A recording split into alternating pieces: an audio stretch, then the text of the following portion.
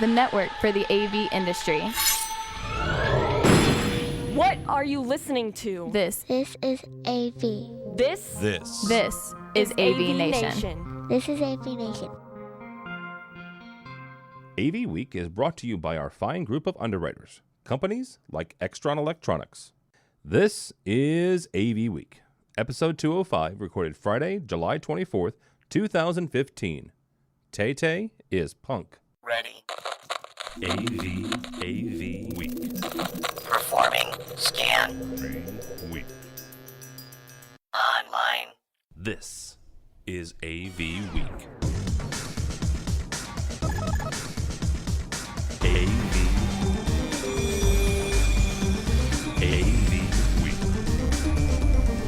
And welcome to another edition of AV Week. I'm your host, George Tucker. Thank you for joining us for your source for news and information. It's been a little hectic today, so we're going to go slow just to bring it all back down to a regular rhythm.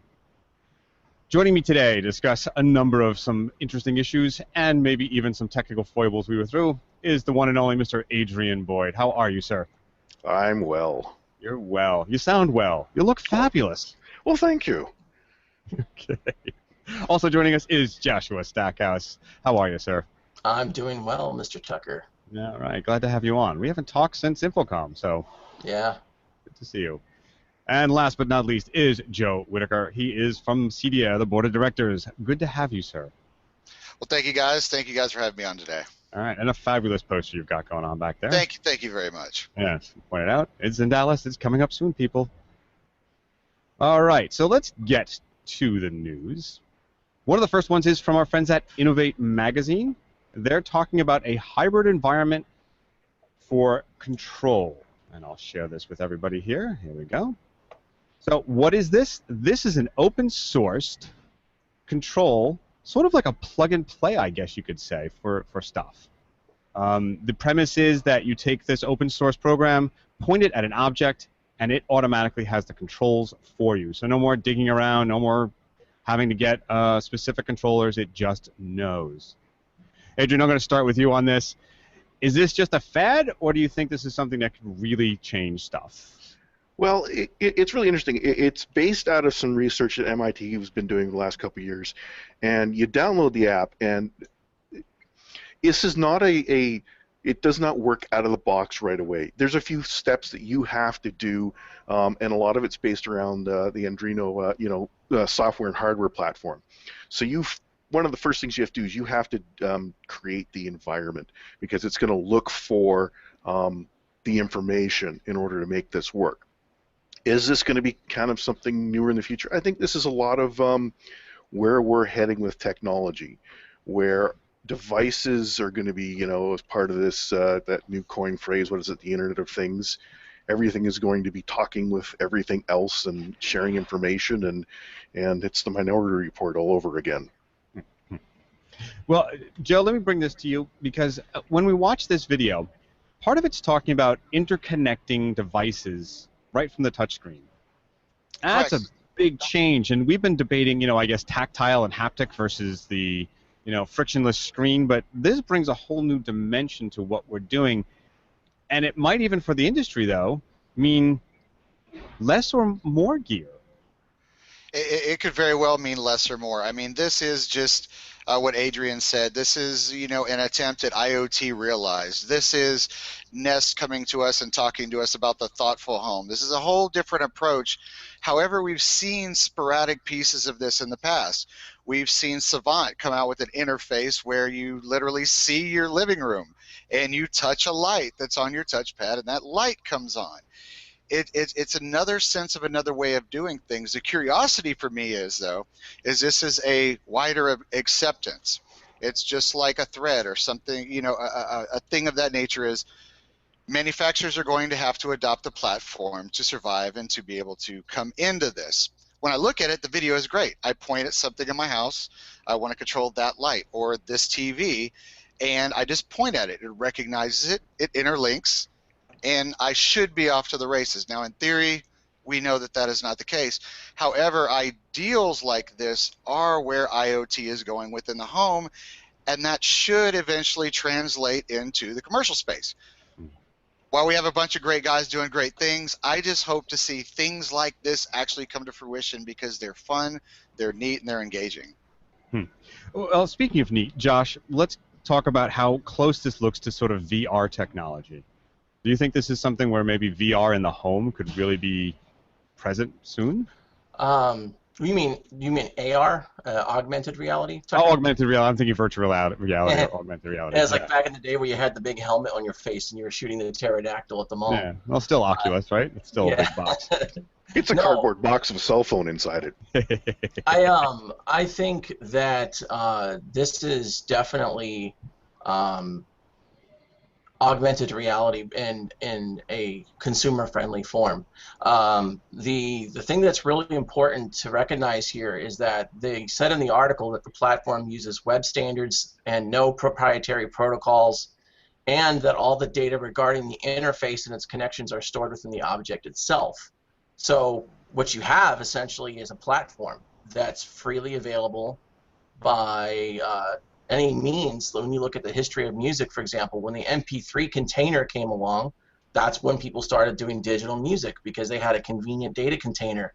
The standard was there, and everybody could get on board with that same standard. And when HTML came along, HTML was a standard. So when you've got a platform like this that is based on web standards where the data resides not on a server but within the object itself, you start to look at the power of data format, and it has a lot of applications. I mean, for example, a lighting technician for the live sound and live staging is your world, Mr. Tucker, but imagine what it could do for a lighting tech or a sound technician where, instead of having to have a big board, you could have an iPad or maybe some future version of an iPad that's bigger than an iPad, but a control platform that rather than just physically wiring everything, you change things on the fly, like lighting scenes that are pre-programmed by just aiming a device at the light itself that you want to control and relinking it. Joe, let me pose something to you about this.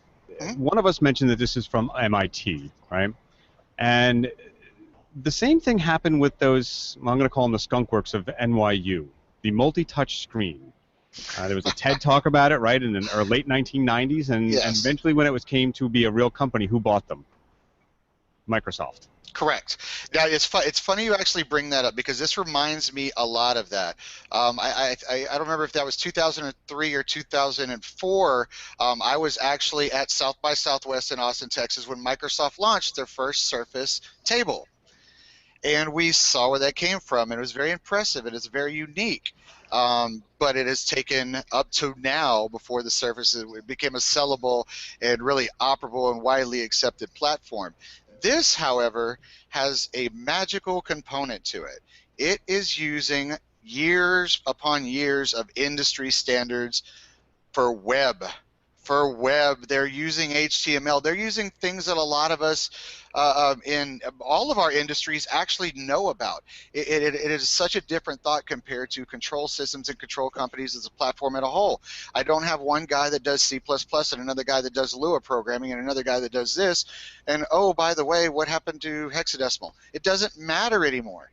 Now I have a single platform, easily adoptable, that you could seriously take an entire control platform for just about any device, and because it is HTML, it could sit on a very tiny 8-gig SD card if it wanted to. I mean, you're talking about a control platform that can really do anything. And coming from MIT, that is great, but you hit the nail on the head. Surface was bought by Microsoft, matured, and it does well. Who is going to buy and take this technology? Will it be Apple? Will it be Google? It will be somebody big and influential that has been looking for an opportunity to saturate and jump into this market. Could be the diving board for Brillo. For Google's Exactly. Brillo. Yeah, you make something up there, or you bring up a good point. You said that it's on a small thing, and I'm struck by the fact that we're only 2 days out from the return of Apollo 11, nearly, 40 years ago. So 40-odd years ago, and it was running on computers that were probably less powerful than the one you just described, and we're sort of going back towards it. It's a very interesting thing. We've reached the pinnacle with the iPhone, in terms, pinnacle, and now we're sort of coming back to this sort of very small memory usage and this little mesh idealism, which this, I think, is going to use. Exactly. Yeah. Adrian, I want to throw something at you about this, though. This brings back a whole debate on how much we need interfaces. About 2 or 3 shows ago, we had a conversation of haptic and sort of ultrasonic deformed surfaces being needed for feedback. And some of the panelists weren't so sure that you really needed that feedback.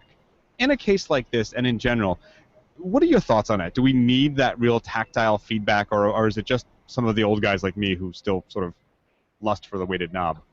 Well, both you and I, like weighted knobs, and feedback in terms of control systems helps individuals relate to the world around you.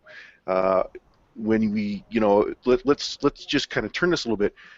If you have a disability, if you're blind or you're hard of hearing, feedback is the only way that you know if something is working. If it's audible or if it's visual, that's a real benefit to you. And we still require feedback of some sort. I mean, how satisfying is it to pick up a pen and click the top of the pen and hear that click? You know the pen is working. I don't think feedback is going to go away. It may become more diverse. It may become more integrated with our devices and how we're operating. We look at all of our cell phones. What's the 2 biggest pieces of feedback that we get in a cell phone?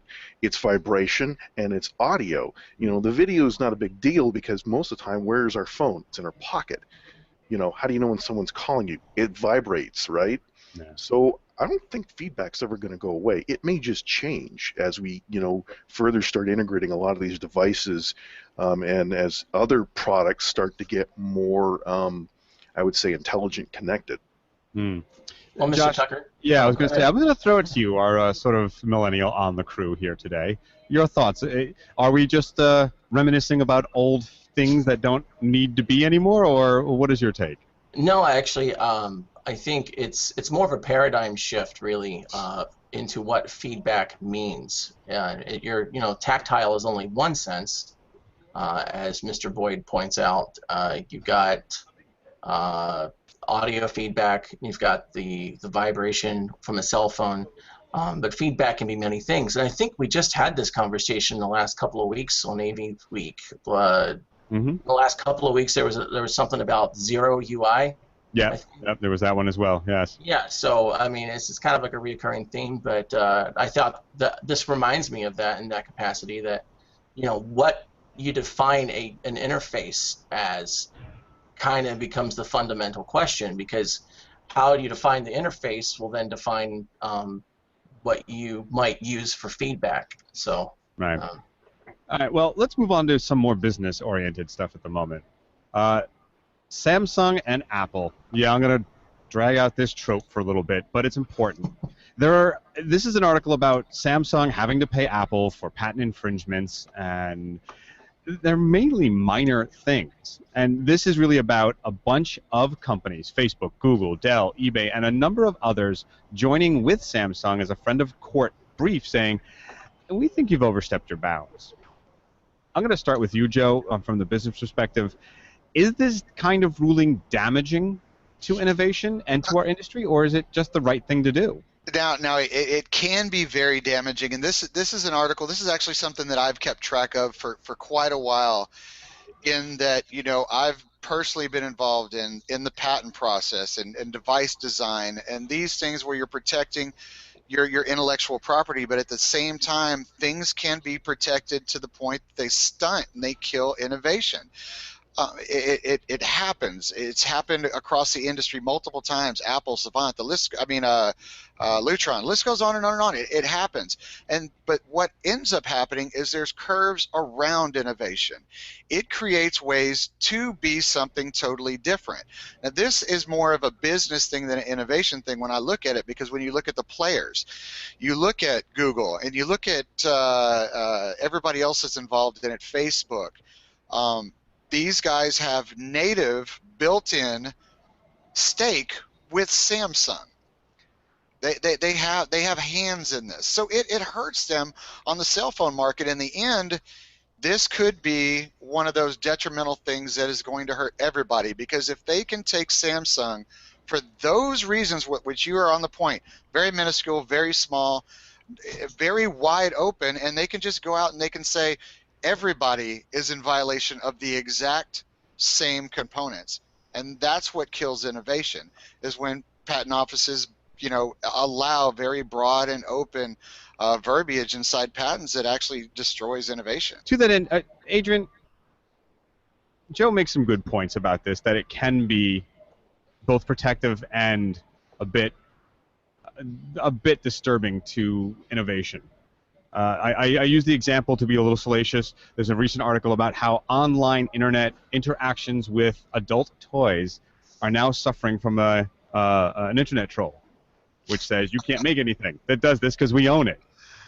Not to use that as the prime example, but are you concerned that we're going to sort of lay into a land of stasis now because of people like this? Well, this has been an ongoing problem for probably the last 20 years in terms of how technology has progressed. The U.S. has a huge problem with its patent system and its trademark system. Everybody knows it. Everybody acknowledges it. No one wants to do anything about it. And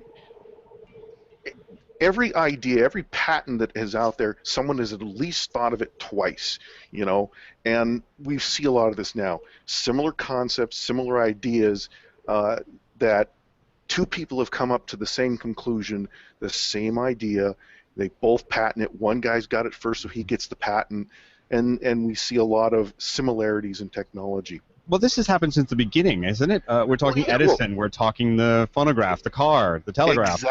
Exactly. This is nothing new, but a lot of these lawsuits that we're now seeing, that we've been seeing in the past with patent trolls and with major manufacturers, is they feel that something that they've created is being infringed on, but we've almost gotten to the point, I would hate to say critical mass, but we've gotten to the point where we're at with technology that I wouldn't say there's no new ideas, but it's a lot of similar ideas, a lot of similar thinking, because there's a lot of really smart people, and they're all kind of on the same path. And when you get a lot of that thinking and get a lot of that direction, you start seeing similarities in technology, and then people go, well, that's stealing something I already thought of. Well, maybe, but someone else thought of it too. And it does stifle innovation, because people now have to spend the bigger product to market. They're thousands of dollars, if not hundreds of thousands of dollars, depending on what it is, doing trademark and patent research to make sure that you're not going to get sued to oblivion because the product you're bringing to market is like somebody else's. And it does stifle innovation a little bit. But I'm always struck with the thought of, not that I thought of that, but I should have thought of that. Why didn't I think of that? Yeah. Jeez. Josh, come up with Facebook. Gee. Yeah. Josh, let me bring this to you. Adrian makes a point about there's lots of smart people doing very similar things, trying to solve a lot of similar problems, actually. There was a meme that went around just around the time of this initial litigation about swipe to unlock, and showing sort of the slide bolt and saying, hey, Apple, I think somebody thought of it before you. Do you think that these patents actually protect a company like Apple, and we're just being silly, wanting our toys and wanting them now, Daddy? Or do you see that there's no real value to them? Well, I don't know. I mean, the whole lawsuit itself is really gotten out of hand, but I think it is a soap opera. This is true. Well, what it boils down to is it feels like there's two kids on the playground, and both of them want to take the ball and go home, but neither one of them know who the ball belongs to. And ultimately, it doesn't really matter. And to me, it doesn't matter, because as a consumer, I try to look at it as in whenever somebody big does something first, all the other competitors are going to go and mimic it. Everyone wants to play me too, me too. Apple was the first one to come out. Wasn't the first to come out with an MP3 player, right? But Apple had a better UI. They spent money in human computer interfaces, and they developed the jog wheel. Then everybody wanted an MP3 player all of a sudden, and then everyone copied that. The smartphone is a category where Apple just happened to kind of sort of create the category, but they really didn't. They defined the standard. So let me pose a question, because you brought something up that I think is pertinent to this, and I'm going to put it to the round real quick. You said that when somebody comes up with a sellable and popular feature, everyone wants it. Well, I want to be 6'4" and be really well built, but I'm not. Does that really change the dynamic when we think of it in that way? And let me start with Joe, because Joe, you said that this sometimes can stifle innovation, but there is that factor, isn't there? I came up with it. It's my rounded edges. Well, okay, so you are on to a very good point, and Adrian kind of slightly touched on it. The patent industry itself is a ridiculous shambles. In 2013, they tried to revamp it. You had the Americans to Invent Act. So much mess because of trying to do this. However, companies like Samsung, they do get the fact, and I mean, Josh hit it on the head, the little cogwheel, everybody's going to do it. The patent office actually allows that. They say you can patent based on certain advancements or changes to a specific object. The patent for Apple with the rounded edges and this, that, and the other, of course, Google is going to have a dog in the fight, because guess what? They bought the company owned by the guy who designed the first iPod and iPhone. It's ridiculous. It is a vicious cycle, and small things like that justify patents should not be, those claims shouldn't be valid. It should be, this is a really brilliant idea. Believe me, I think an iPhone's a brilliant idea. However, I thought a TV is a good idea, and there's a lot of people that make TVs. And you don't see Westinghouse suing GE or even stuff back from RCA. Innovation and creation is one thing. Trying to make an extra dollar in a market where you're losing share is an entirely different matter. And doing it through lawsuits it's counterconducive to innovation. Hey, I think I was going to put, go ahead, yeah. I just wanted to kind of jump in here. The one thing that none of us have touched upon so far, though, that's important to realize is that technology itself has this weird tornadic sort of cycle where things will get spun up and they go up and then they come back down and they get thrown out all over the place. And so what happens in one particular sector in technology has a massive influence on another technology sector. So, for example, one of our topics this week in the news is the outer space AV rig for scientific exploration. But if in that article they specifically pointed out that what made the package so significant was that they had all this technology and only used 24 watts of power, and that 24 watts of power, and it represents, quote, a degree of miniaturization that is unprecedented in planetary exploration. Well, then to be frank, but where does that miniaturization come from? I mean, that miniaturization came from other sectors, right? Piezo speakers, for example, on cell phones, or the cameras that are on cell phones. The miniaturization, it goes from one industry to the other. So, are we having audio problems? No. Oh, okay.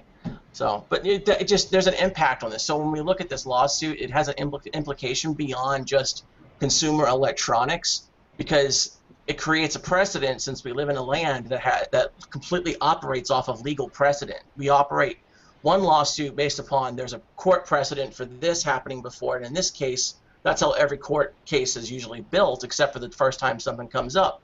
So you got to look at it from the perspective that what would happen to technology in general if this lawsuit gets upheld in terms of the patent infringement. Adrian, Josh Stackhouse, Josh Schrago, too many Joshes in my life. Josh Schrago just texted me saying, hey, what about Meyer? They own the trapezoidal speaker. How much of a concept is that really, that they should own it exclusively? Right, and there's lots of trapezoidal speakers, and there's a lot of them out there. But you start getting into what is it? Copying is the biggest form of flattery, or whatever that expression is. Yes, exactly.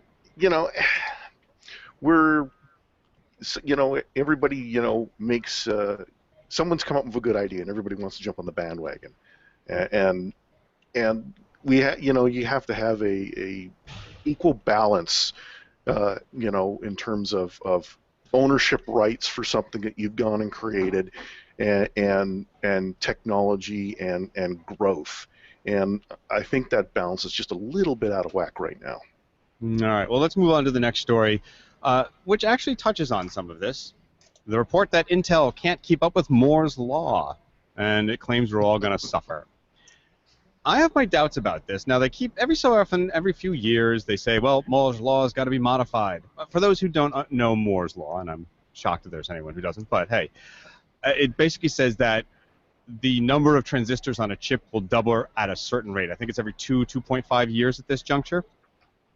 And they're now saying that we're down to about the 10 to 7 nano, I've lost the measurement in my head, but the nano spacing. Nanometers. Nanometer. Is it nanometers or nano spacings? I forget exactly. Nanometers.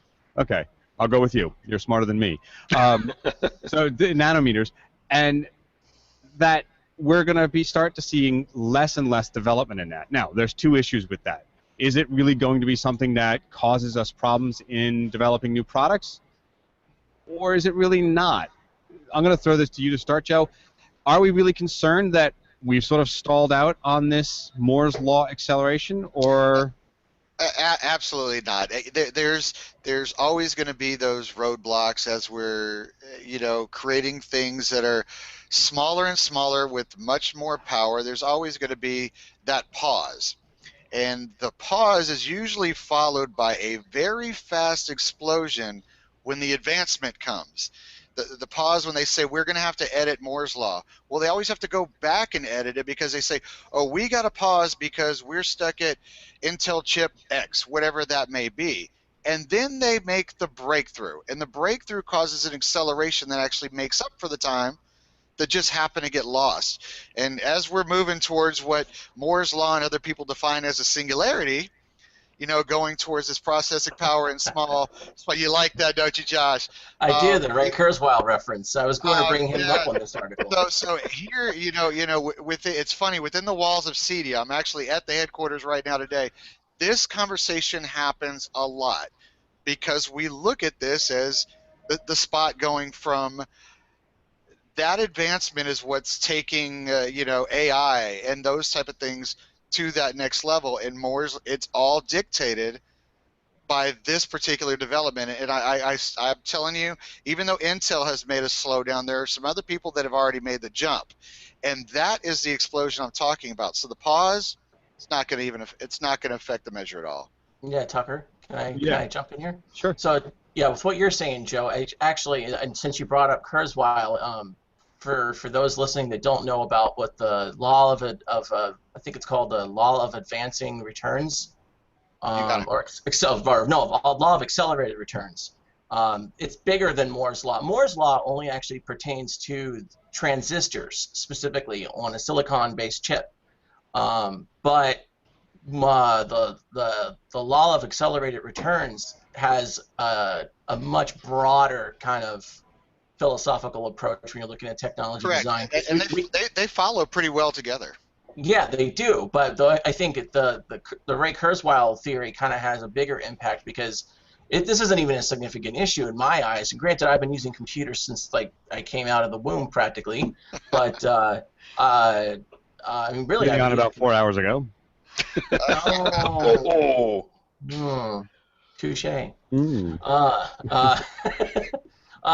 No, I mean, you look at the paradigm shifts that happen, right? Technology advances on a sort of if you look at like an XY axis like this, it moves on an S curve that moves up and to the right.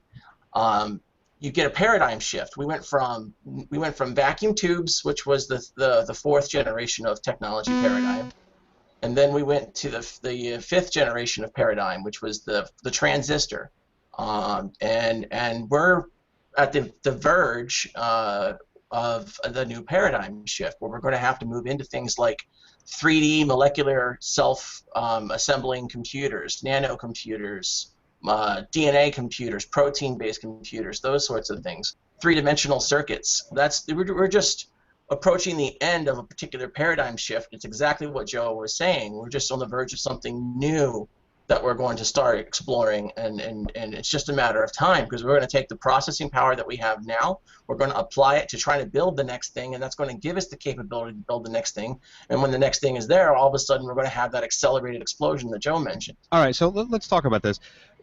We're not talking now, though, just getting smaller and smaller chips and more transistors on that surface of a chip. Adrian, part of this, I think, and some of the articles in the New York Times about 2 years ago talked about this, where they said some of it's actually functional, some of it's architectural. And I don't mean just the architecture on the chip. We're using more thin clients now. Joe touched on it when we were talking about you can fit this all in a very small 8-bit Arduino. Is that really part of our answer, where it's not going to stifle the innovation and all the new stuff that we look forward to, the upcycle, upgrading that all of our clients do and we feed off of in many ways? Well, one of the things, just let me put this in perspective. When we're talking, 10 nanometers is about the size of a human antibody. It's really small. We're, electron microscope stuff here. When they talk about, it being, functional, and the smaller you get, you run into things with power leakage and other issues in terms of processing, which is one of the reasons why kind of this decentralized computer network has become pretty popular, because you can spread this out, over a network. Intel,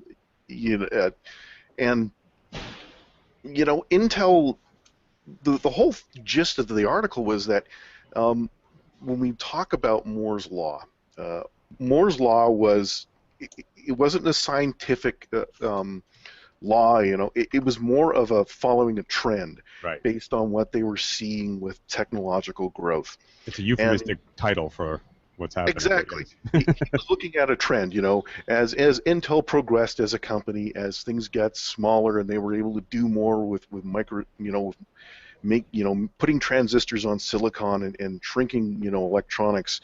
It was just a trend he was viewing, which is, that trend has proved very accurate over time, based on how we've implemented a lot of stuff in that terms.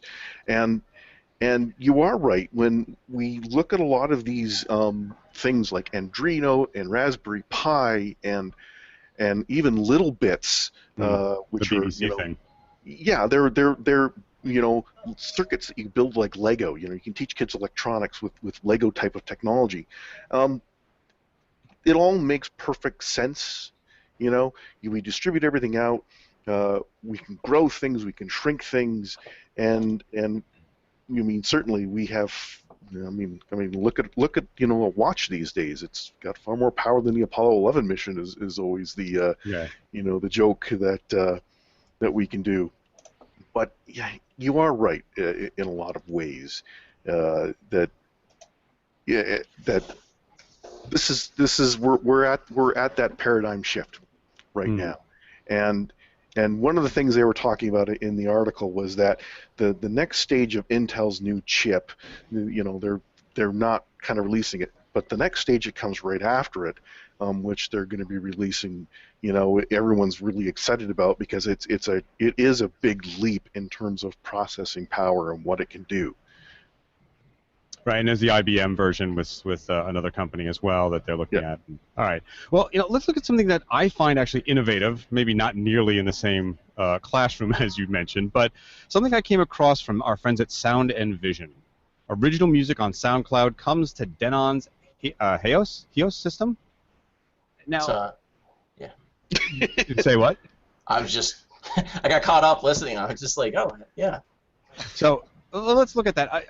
Josh, I'm going to start with you on this one. Sure. Because this seems to take a system in which we're all used to hearing, we're going to have streaming, we're going to have Pandora, we're going to have Netflix, we're going to have the Spotify, which is what I was trying to search for there. And this is taking a slightly different route, isn't it? It's not saying that you won't have those, but they're also trying to differentiate themselves by saying, hey, we can give you original music. They're looking for a specific demographic on this, don't you think? Oh, yeah, absolutely. SoundCloud is pretty unique. One of the things that I can share with you from experience is the school that I went to, that I got my AV degree from, was a media arts school. and they had a recording and engineering program there, and almost every single student there put all of their music and everything that they were developing as part of their profile on SoundCloud. So the way that MySpace sort of was like big for musicians, SoundCloud is now very much along with YouTube, but SoundCloud is unique because it's all about musicians and about music, and they have a really interesting commenting system where you can actually interact with your listeners by tagging a text comment to a particular time code. So as you're watching, they have a waveform display. You can actually time like 2 minutes and 32 seconds, like, oh, that part was so cool, man. You can tag that, and it'll actually pop up when the artist goes back and sees what people like and don't like. So you have some very interesting stuff going on there in terms of the music development. On the home entertainment operating system, the HEOS system, I've never actually gotten to play with it, but a couple of years ago when I got out of selling retail consumer electronics, that was just coming in, and I'm a Marantz guy. For me, like, Marantz is one of my favorites, but I don't do the Denon thing. All right, well, let's bring that in though. I want to bring Adrian into something about what you brought up. Adrian, he's talking about how it's the new interface. Really, what you were describing is MySpace 2.0. But for a system like Denon to sell to this market, I'm seeing it as sort of the millennial, maybe urban. I know a lot of guys that I work listen to a lot of their salsa and bands from South America on it. This is really sort of trying to push that type of distributed audio into a market that we have yet to really achieve any solid traction in. Yeah, I would agree with that. What's interesting about SoundCloud is it's kind of like a democratic method for musicians to kind of enjoy their music and share it with others. So it's like Spotify on steroids. You create an account, you can log in, you upload the music you create. A lot of the music there. There's even record label artists. They'll put weird mixes and remixes of their songs. Hey, what do you think of this? Guys in the hip hop and rap community will put their beats up there, and everybody can say, hey, that's cool, that's right, that's sick, I liked how you did that. A lot of the musicians in the EDM world, put their stuff up there, and so making this available on a system that's removed from a computer. So you log into your account, and you can get your favorite artists that you've already picked on SoundCloud. Now you can listen throughout the house without having to use your phone or your computer. It's just another step of embedding that content that's online and bringing it closer to other devices. Joe, this is actually pretty genius. This is actually looking at a whole new marketplace and a whole new way of where we've already lost the physical medium. Now we're losing the registered label and the official music. It's all coming down. It's funny the way it works, because for Denon, this is a very brilliant play. I'm in a world where the competitive space in wireless music is starting to get bigger. Denon, Sonos, and everybody's picking what they think is going to be what makes their platform better. Sonos did high res, Deezer, brilliant for them. They could do that. But Denon took an entirely different and genius approach in a time when musical media, most of the stuff that is fed to people who sit in front of the TV comes from American Idol and The Voice. These are unheard of, unrecorded artists, and they're everywhere, and they're creative, and they're new, because people are tired of hearing Taylor Swift. This is where, this is... Speak for yourself. It's Hey, innovation. don't you mess with Tay-Tay, man. Hey, Don't man, mess with Tay-Tay. innovation with music, with a brand that is trying to do something innovative. And I'll tell you what, I use SoundCloud. I love it. I find stuff that matches, moods and things that I'm not going to hear in my car on the radio I haven't heard before. I'm able to discover new music again, which has, that's kind of been taken away from me by artists and such. So it's really a brilliant move from Denon, to bring something like that to a product that is still growing. Yeah, it's almost like going back to the day of sharing mixtapes, you know? Oh, yes, it takes me. Well, okay, no, he's too young to remember mixtapes. Me? Oh, no, my friend. I know the connection between a cassette and a pencil eraser. I was going to say, I didn't say mixed CDs. I said mixed tapes. No, but I mean, yes, it brings us back to being able to actually love and enjoy music again. Yeah, it's very interesting. Although I have to contend with you, as much as I may not enjoy Miss Swift's music, I think she's more punk rock than punk rock because she owns everything she wants and she does what she wants with it. And how much more punk rock can you be, right? If mine go away. She brought Apple to its knees, remember? She did indeed. She did indeed. Something else that might bring us to our knees, Windows 10. In more ways than one, but in this case, from our friends at Geek.com, Windows 10 automatic updates are mandatory for home users. Now, there's a little note here that's saying business and IT firms can actually opt out of that. And we know the big Merrill Lynches and the Fortune 500s who are probably just getting into Windows 7 now after getting off of XP because their sort of rollout rate is years and years behind. But here's my quandary with this. And I'll start with Adrian on this. This, though, means that the people who supply our interfaces that we're now using on the web and on mobile devices, because Windows 10 will roll out to some mobile devices, they may just suddenly stop working. This, I think, is a problem for us, or am I just over-paranoid? Well, there's two ways I look at this. One, it's finally Grandma will not be phoning me when her computer doesn't work because she's got a virus or, you know, something malicious has gotten in because, you know, she hasn't updated her computer in months. This is a good thing for the average home user. Microsoft has had their butt kicked quite royally the last couple of years with the fact that they have been slow to respond to vulnerabilities in their software, and users overall have just been slow to respond to, you know, patching their products. Mm-hmm. But, you know, in the sense of when you have a, you know, when we look at it in our world in the commercial space, that's not good to have automatic updates because, you know, whenever you update something, oh, it's the newest greatest thing, let's update, and then you realize 4 or 5 things are broken that you actually need. We talk about manufacturer's firmware, which is far less complex than this operating system. Yes. So, you know, the fact that, you know, an IT environment, you know, will be able to choose updates when they want them or when they need them or when they prove that that it's actually good for them to use, that's great.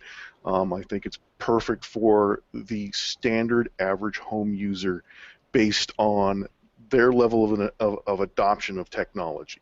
Well, now, it's not going to work. It's not going to work for everyone. I mean, you can't paint everybody with the same brush. Right. But overall, I think it's a good thing for Microsoft to do. Well, I want to bring Joe into this one because, Joe, my premise on it was how much of the service contract has to deal with the possible kaboom factor, as I like to call it, when Windows decided to update. I can't tell you how many times I've lost editing when Windows suddenly said, "Oh, I'm doing it now." What? Where? You hit the nail on the head. There's 2 ways to look at this, though. So, you know, not so much about my computer doesn't work because I caught a virus because I haven't updated it forever, because I've been playing with the Windows 10 beta, and that's not even going to be part of it because that's based on your McAfee or your AVG or whatever antivirus. The problem is going to come where, just like you, I'm in the middle or something, and all of a sudden I get we're going to restart because we're updating. And I'm like, are you kidding me? I'm in the middle of programming a system here. Why are you doing this to me? I'm going to lose 4 hours of work. And the worst part of this entire situation, coming from a big IT infrastructure side, is that little opt-out to opt out of those updates is most likely only going to be for the corporations that use Microsoft volume licensing agreements. It's going to be part of an EA agreement. So if you're not a big corporation, you're stuck and you're going to get auto updates, and there's nothing you can do about it. And it's going to be bad because, you know, in the IT world, there's not a great IT guy anywhere that doesn't go into his enterprise and totally shut off auto updates because they are the death. But now, as a user, when I decide I'm going to update to 10, I'm stuck. I'm going to have to suffer. Or, you know, some of you guys who have done programming and stuff before, you're going to show up somewhere, you're going to pop up in your laptop at 8 o'clock in the morning to show up and do a job, and all of a sudden it says installing updates. Wait, we're almost there. Please, and you're just kind of stuck. Although it does give you the chance to do the old days of smoke them while you got them while it compiles. Well, you know, I would have quit smoking a lot longer if compiling didn't take so long. I'll tell you that right now. Josh, from the perspective of installing them, is this a nightmare for you to say now, how do I schedule and do I keep track of Microsoft possibly announcing the updates so that I have a little bit of a head go, or no? I don't know. I mean, as some of you know, I have an 8-year background in IT, where I did IT network administration for 8 years, and some of that was with the military. So I've got a pretty unique perspective on this. So you guys were on Windows 3.11 last year? Yeah, something like that. Yeah. It's like, you know, C:/. But no, I don't know. I guess the way I look at it, I was really kind of taken aback by Joe's comment where you said you don't know anybody who's worth their salt that doesn't disable automatic updates, but I know the exact opposite to be true. My wife is a network security engineer, and that's what she does for a living. And her personal opinion on this subject matter, I actually asked her because I was coming on the show. I wanted to know what she thought about it. Was that she thinks it's for the better, because most people are going to put it off and put it off and put it off and put it off, and they're never going to update their computer, and it's going to make it more vulnerable, and they're not going to have any fixes for their vulnerability in their patches. So I think I agree with my wife in that in a corporate environment you don't want that, but in a home environment I think it's for the better of the populace, because it's kind of like inoculating your children when they're young, giving them all you know, immunizations. Granted, I'm probably stepping into some people's sensitive territory with that comment, but you know, generally speaking, you know, it's a herd immunity. That's what I'm getting at. It's herd immunity. Okay. Well, I'd like to add something to that, Josh, if I could. Your wife is on the money, because in a corporate environment, you do not do the updates based on when Microsoft decides to send you the updates. You do them based on group policies, or using, you know, you do them within your infrastructure. You do them planned. You do them at midnight. And you do those things. But when it comes to the consumer, yes, but it should have that optional of, let's do this at 4 a.m. when I'm asleep, not let's force this on me right now, right this second, because we definitely don't want grandma that you go to update and it says 256 service patch updates, and you're like, Grandma, make me some potatoes, because you're going to be there forever. But, you know, still having the option to be able to at least put it off for a couple of hours so that guys like me and you can do our work would be great. Yeah, well, here's my thing, and I'm going to use an example of the infamous Apple Nano. I don't know if any of you guys remember this, but everybody jumped on the bandwagon. We got controls and we got interfaces to our systems. Every manufacturer had one. And then one day the colored Nanos came out in bright colors, and every single dock stopped working. And at first, working inside of a manufacturer's tech support at the time, we thought it was us. Oh, God, what'd we do? What's wrong with the firmware? But all it was is they changed the pinouts. And went, oh, by the way, did we not inform you? It's a hardware change. Sorry. And the only reason you knew about it is because the guys on the community boards about Hummer and Chrysler and all the rest were starting to complain that their Nanos don't work in their cars. I think when that That's the happens, kind of thing I worry about. When that happens, George, I think you do this right here. Hulk smashed. You know what we do? We need AV Hulk. We need the AV Hulk Twitter guy on. That's what we need. All right. One last one here, just to round it out.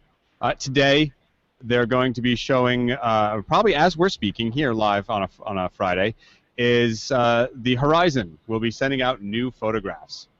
And Sound and Video Contractor did a nice little segment on what it takes to get the cameras and the information to us.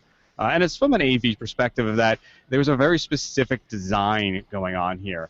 And if you read the interview, and it's down here somewhere with the guy that did the lead engineer for the camera, they had to do something about scalability where all the materials needed to be the same so that when it was in space getting farther and farther away, it would shrink the same.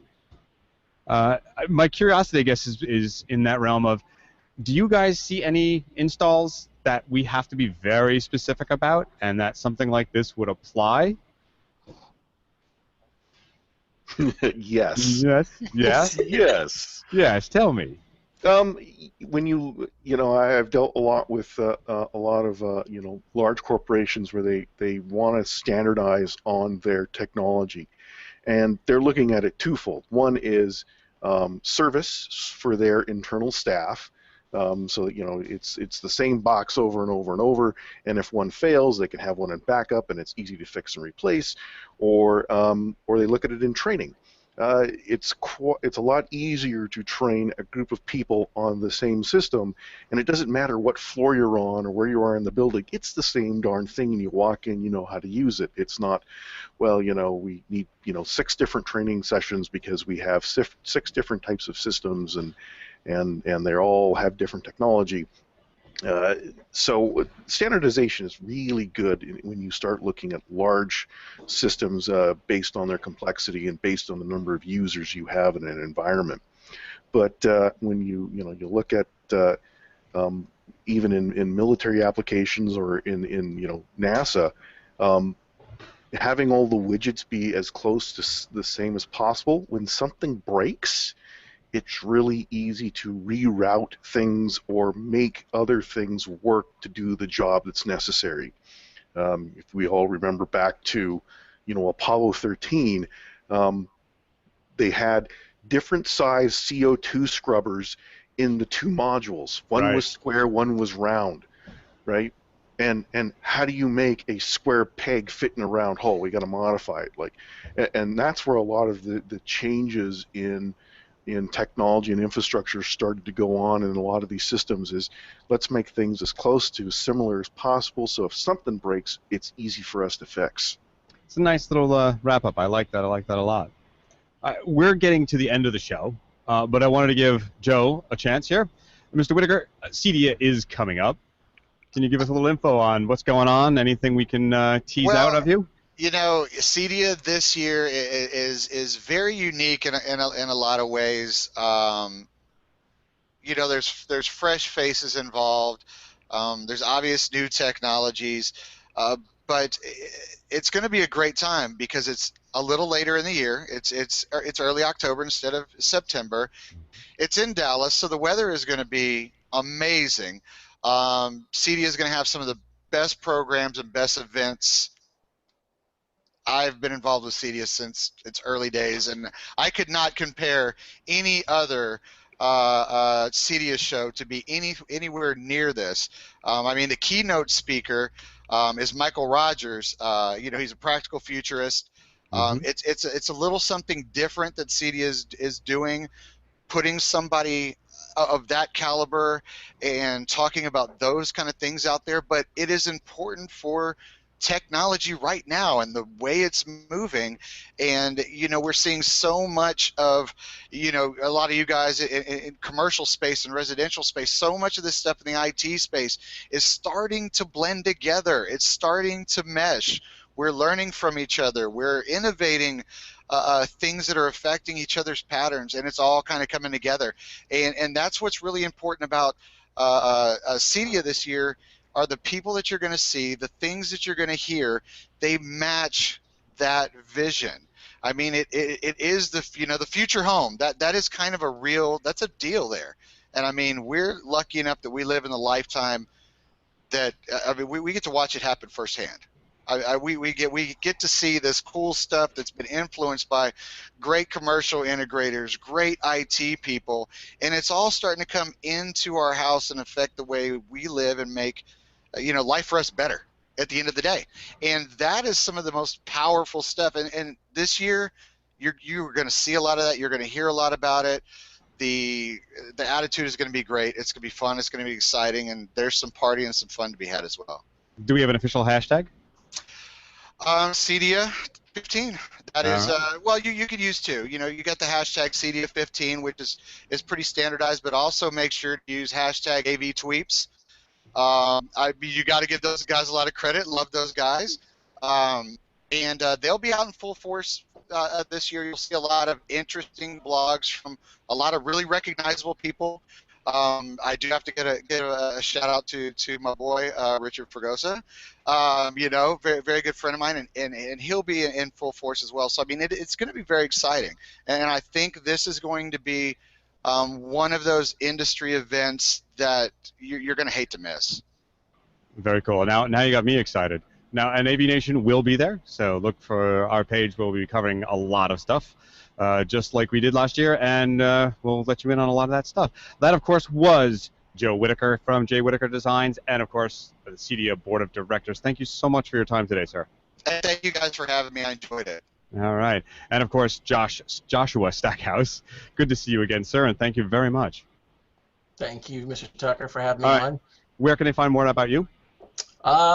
Pretty much just like you, everywhere on the internet. I am at Stackhouse AV. So if you could find Stackhouse AV, you'll find me. All right, it's you at Stackhouse AV. I'm somewhere else, but there we go. And of course, the one and only Adrian Boyd, a man of international, man of leisure. Yes. Where can we find out more about your goings-on or information about you? I'm on LinkedIn. I'm pretty easy to find on LinkedIn. I'm on Twitter. I am VAV. CAD guy on Twitter. Of course, you need to put underscores between every word because it's the longest Twitter handle in the known universe.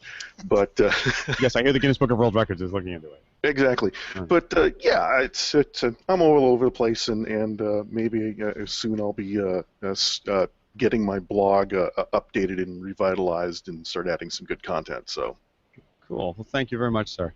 Yep. And Joe, I forgot to ask about J. Whitaker Designs. Where can they find out more about that? J. Whitaker Designs, based in St. Louis, Missouri. We are a custom integrator. Best place to actually find me and get a hold of me is LinkedIn and Twitter. That is where you'll be able to find me. I actually just, by the way, Mr. Adrian Boyd, you are the easiest man to find on LinkedIn, by the way. Just wanted to let you know that. So I had to throw something out there for you. Appreciate you guys having me, and I'd love to be back sometime. What's the Twitter handle for you? For me? Yeah. Joe_tech_guru. There you go. All right. Yeah. All right. And I, of course, am George Tucker. You can follow me at Tucker Tuesday or on the AVNation and Commercial Integrator magazine. So thank you for listening. We look forward to speaking to all of you again very soon. This has been AV Week.